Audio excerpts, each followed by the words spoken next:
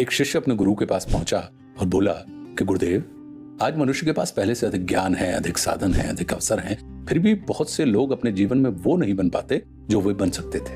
ऐसा क्यों? गुरु से नदी के किनारे ले गए। वहां एक नाव बंधी हुई थी।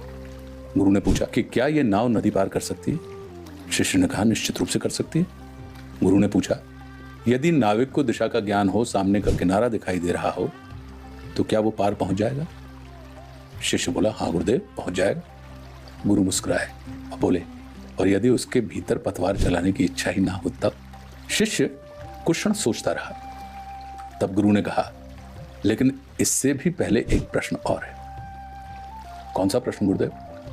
गुरु ने पूछा कि तुम नदी पार करना ही क्यों चाहते हो?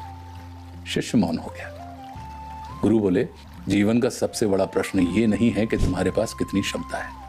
सबसे बड़ा प्रश्न ये होता है कि तुम्हारे जीवन का उद्देश्य क्या है।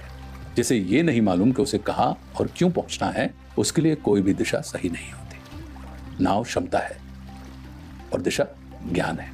पतवार चलाने की शक्ति प्रेरणा है, लेकिन नदी पार करने का कारण वही उद्देश्य है।